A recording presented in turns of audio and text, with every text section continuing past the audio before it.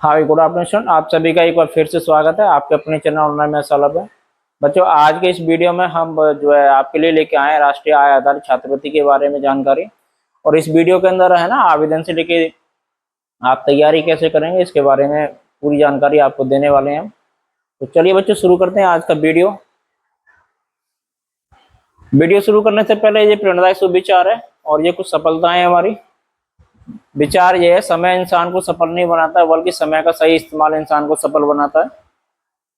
ये कुछ सफलताएं हमारी जो बच्चों ने पिछले 2-3 सालों में हमारे मार्गदर्शन में अर्जित करी है। 61 बच्चे एनएमएस में, 15 श्रेष्ठा में, 8 अटल आवासीय में, 2 बच्चे नवोदय विद्यालय कक्षा 6 में और 1 बच्चा नवोदय विद्यालय कक्षा 9 में। देखिए, इस वीडियो के हमने 4 हिस्से कर रखे हैं। पहले हिस्से में हम बात करेंगे सामान्य जानकारी की, दूसरे में पात्रता व शर्तें, तीसरे में आवेदन और चौथे में हम परीक्षा और तैयारी के बारे में आपको जानकारी देने वाले हैं। चलिए, पहला भाग है, देखिए इधर सामान्य जानकारी। सामान्य जानकारी ये है कि ये योजना भारत सरकार के शिक्षा मंत्रालय द्वारा संचालित की जाती है, जिसमें भारतवर्ष से आर्थिक रूप से कमजोर मेधावी छात्रों को कक्षा 9 से लेकर 12 तक की शिक्षा किसी भी गैर आवासीय सरकारी कॉलेज या सरकारी सहायता प्राप्त कॉलेज में अध्ययन हेतु 12,000 रुपये प्रति वर्ष, यानी 48,000 रुपये की कुल छात्रवृत्ति 4 वर्षों में। और ये पूरे भारतवर्ष में 1 लाख छात्रवृत्तियां प्रदान की जाती हैं, जिसमें आवेदन से लेकर चयन तक की जिम्मेदारी राज्य सरकारें करती हैं और छात्रवृत्ति भारत सरकार द्वारा प्रदान की जाती है। और इस छात्रवृत्ति में हमारे यहाँ जो उत्तर प्रदेश के लिए 15,143 छात्रवृत्तियां हैं और हर एक जिले में अलग अलग सीटें हैं बच्चों, जिले के हिसाब से। ठीक इसी प्रकार से राजस्थान में 5,471, मध्य प्रदेश में 6,446, महाराष्ट्र में 11,682, उत्तराखंड में 1,048 और पश्चिम बंगाल में 7,250, दिल्ली के अंदर 1,576, झारखंड में 1,959 और ऐसे सभी राज्यों में है। इस तरीके से छात्रवृत्ति का जो वितरण है भारत सरकार द्वारा 6 से 14 वर्ष के आयु के बच्चों की जनसंख्या के आधार पर किया गया है और जनसंख्या का आधार इन्होंने 2011 माना है। तो ये थी आपकी सामान्य जानकारी। अब दूसरा हिस्सा चलते हैं, पार्ट टू में हम बात करेंगे पात्रता व परीक्षा की, और इसमें हम आपको बताएंगे कौन कौन बच्चे इसको जो है आवेदन कर सकते हैं। तो चलिए पहले बात कर लेते हैं इंपोर्टेंट तारीखों की। तो देखिए, आपके आवेदन 18 अगस्त से प्रारंभ हो गए हैं और आवेदन करने की अंतिम तिथि 16 सितंबर 2026 है। प्रवेश पत्रों की जो डेट बाद में आएगी और आपकी जो एग्जाम है ना, जो परीक्षा है, चयन परीक्षा है, वो 1 नवंबर 2026 को होगी और इसका जो परिणाम है वो मार्च तक आ जाएगा। अब चलिए बात कर लेते हैं पात्रता की, कौन कौन बच्चे इसको आवेदन को कर सकते हैं वो जान लेते हैं। देखिए, ऐसे बच्चे जो इस वर्ष जो है, जिन्होंने पिछली वर्ष कक्षा 7 परीक्षा पास करी है 55% अंकों के साथ। कितने प्रतिशत अंकों के साथ? 55% अंकों के साथ आपके जो नंबर होने चाहिए कक्षा 7 में। और जो भी बच्चे एससी के या एसटी के बच्चे हैं उनके लिए 5% की छूट है, यानी उनके लिए 50% नंबर चाहिए 7 में। इससे कम वाले जो है आवेदन नहीं कर पाएंगे। बाद बाकी इस सत्र में, वर्तमान सत्र में, वो किसी भी राजकीय, स्थानीय निकाय, अशासकीय सहायता प्राप्त विद्यालय में कक्षा 8 में पढ़ रहे हो। ऐसे स्कूल जो सरकारी हैं या फिर ऐसे स्कूल जहां सरकार द्वारा वेतन दिया जा रहा है अध्यापकों को, ऐसे स्कूलों के सारे बच्चे जो है इसको आवेदन कर सकते हैं। ठीक है। तीसरा है, आपके अभिभावक की आयु जो है, आय जो है 3.5 लाख रुपए से कम होनी चाहिए। ठीक है, 3,50,000 रुपए से सालाना कम होनी चाहिए। और चौथा पॉइंट है, ऐसे बच्चे जो जवाहर नवोदय विद्यालय, केंद्रीय विद्यालय या सैनिक स्कूल या राजकीय स्कूल या प्राइवेट स्कूल में है, पढ़ रहे हैं किसी में, तो वो इसका आवेदन नहीं कर सकते हैं। ठीक है, चलते हैं अगले पॉइंट की तरफ, यानी 5वां पॉइंट की तरफ। 5वां क्या है, आपकी परीक्षा के बारे में बता रहा है। देखिए, परीक्षा क्या है, परीक्षा में आपके 180 प्रश्न आने वाले हैं, जिसमें 90 प्रश्न आपके जो है किसके हैं, मैथ के, यानी कि रीजनिंग के हैं।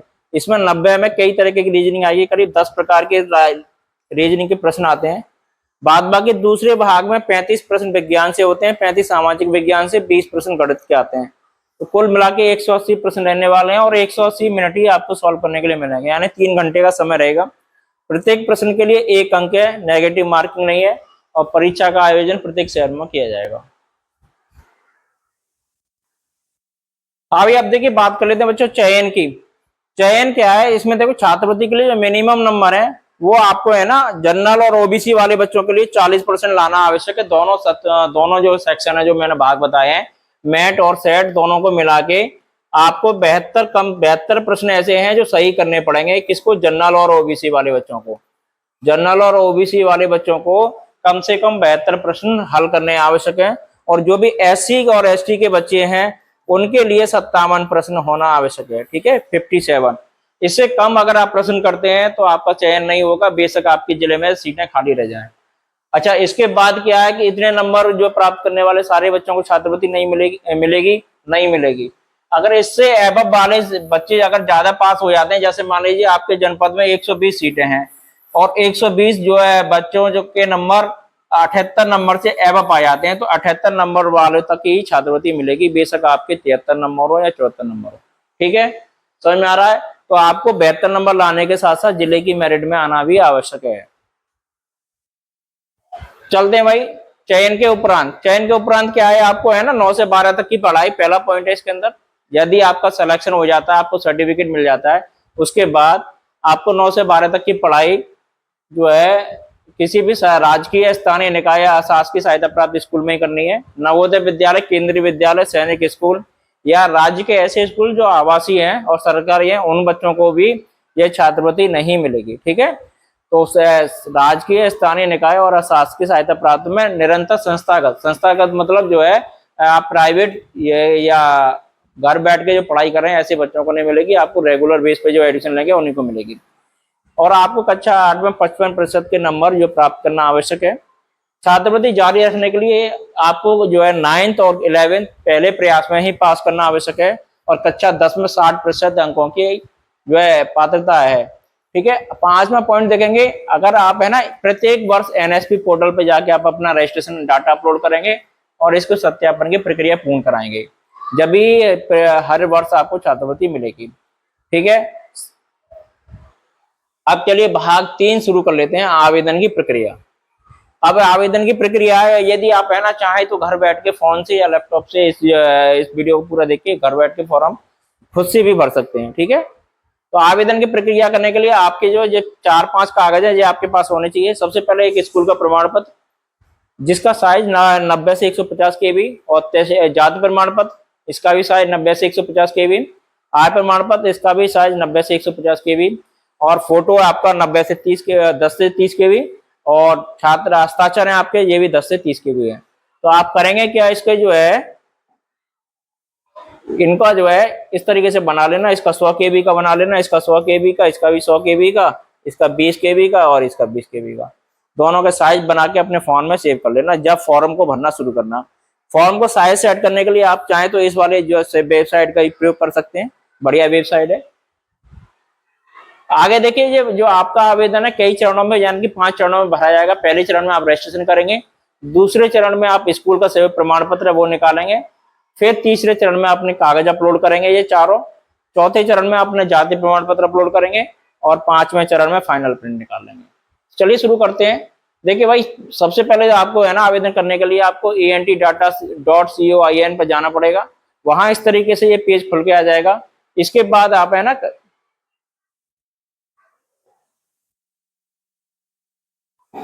इस पर टच करेंगे यहाँ पर। ठीक है, और यहाँ पर जैसे ही टच करेंगे आपको है ना इस तरीके से ये फॉर्म खुल के आ जाएगा।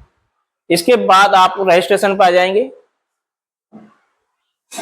यहाँ पर इसको खोल लेना है आपको और इसको टच करने के बाद ये इस तरीके से खुल के आ जाएगा। ठीक है, और ये इंस्ट्रक्शंस लिखे हुए हैं इस पर, आप चाहे तो पढ़ सकते हो, लेकिन मैंने सारे बता दिए हैं, फिर भी आप एक बार पढ़ना चाहो तो पढ़ लेना इनको। और फिर इसको करने के बाद यहाँ पर यस करना है आपको, मैं सहमत हूँ। इसके बाद ये आपका आवेदन खुल जाएगा। ठीक है, अब ये आवेदन खुल गया, आपको इसको भरोगे कैसे ये मैं आपको बता दे रहा हूँ। हाँ भाई, यहाँ पर देखिए आप अपना नाम लिखेंगे, कैपिटल अक्षरों में लिखना है, अंग्रेजी के में कैपिटल अक्षरों में लिखना है। जैसे मान लीजिए आपका जो है सुनील कुमार नाम है तो SUIL सुनील KUMAR, सारे नाम जो है क्या वर्ड जो है आपके कैपिटल होने चाहिए। यहाँ पे अपनी आधार कार्ड संख्या डालनी है, फिर से आधार कार्ड संख्या डालनी है। यदि आप NSP पोर्टल पे कोई फॉर्म भरने हैं तो यहाँ पर अपना OTR नंबर भरेंगे, अगर नहीं भर रहे हैं तो कोई बात ही नहीं है। फिर यहाँ पर जो है इसको खाली छोड़ देना है अगर कोई प्राप्त नहीं कर रहे छात्रवृत्ति। इसके वजह जन्म तिथि आपकी, जन्म तिथि अगर मान लीजिए आपकी 20 अक्टूबर और जो है 2005 है, तो आप इसको कैसे लिखेंगे, इसको ऐसे लिखना है आपको 21 शब्दों में अक्टूबर 2005।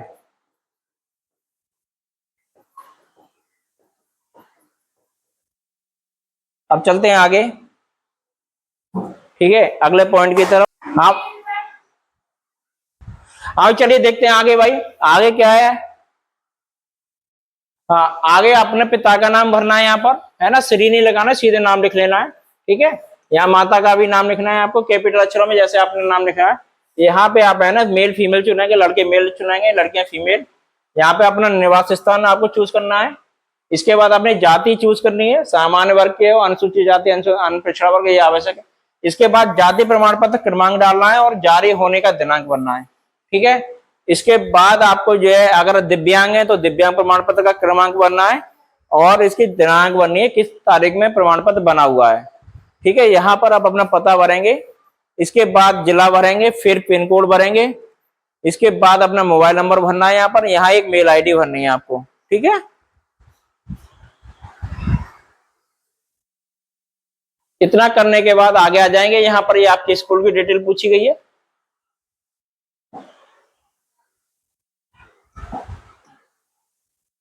यहाँ पर आप अपने स्कूल का नाम लिखेंगे, फिर ये यूडाइस नंबर लिखेंगे, आप पता कर लेना, नहीं पता हो तो सरिया मैडम से।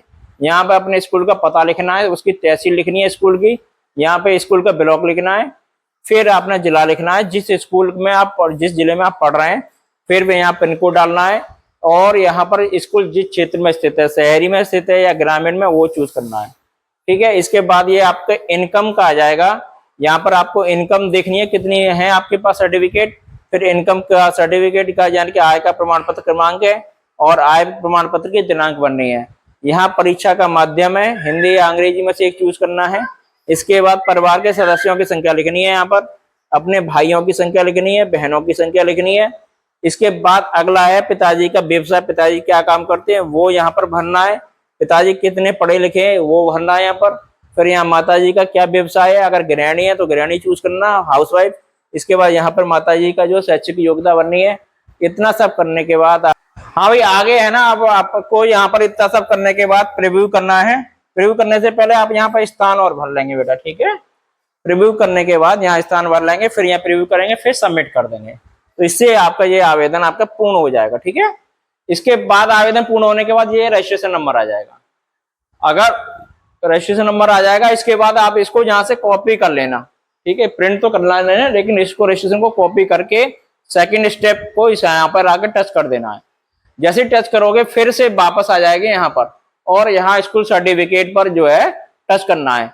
स्कूल सर्टिफिकेट को टच करने के बाद इस तरीके से एक सर्टिफिकेट आ जाएगा, इसको आपको प्रिंट आउट कर लेकर स्कूल में आपके है ना यहाँ पर सर और मैडम की मोहर लगवानी है, साइन कराने और अपने साइन करने हैं, ठीक है। इतना सब करने के बाद भरने के बाद आप तीसरे स्टेप पर आ जाएंगे, यहाँ पर अपलोड डॉक्यूमेंट करना है, यानी कागज चढ़ाने हैं आपको।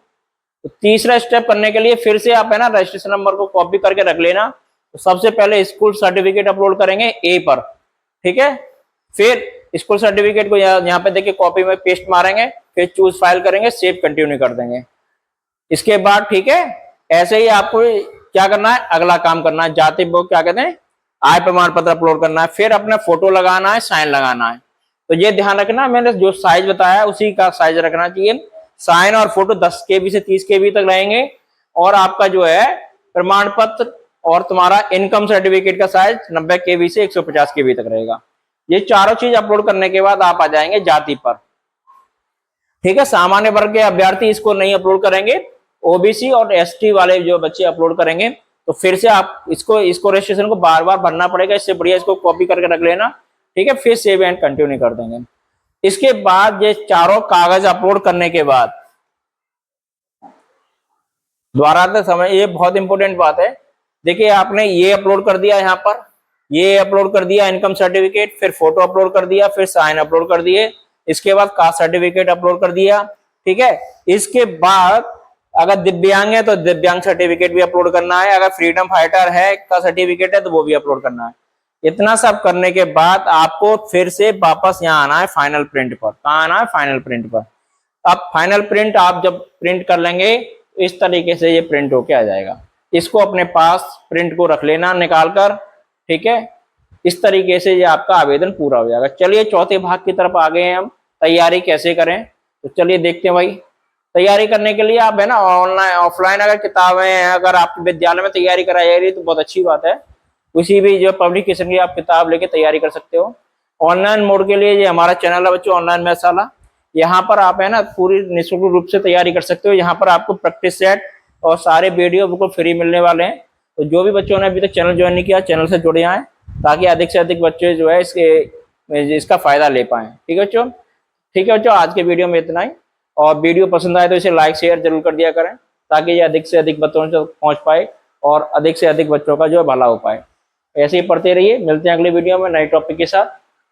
और अपने स्कूल और जो है विद्यालय का नाम रोशन करिए। ये हमारा व्हाट्सएप नंबर है जो राइट कोने पर दिखाई दे रहा है। आप चाहें तो हमारे व्हाट्सएप ग्रुपों में जुड़ने के लिए इस नंबर पर जो मैसेज कर दीजिए, सीधे आप जो है ना जुड़ जाएंगे व्हाट्सएप नंबरों पर। ठीक है बच्चों, धन्यवाद, मिलते हैं अगले वीडियो में।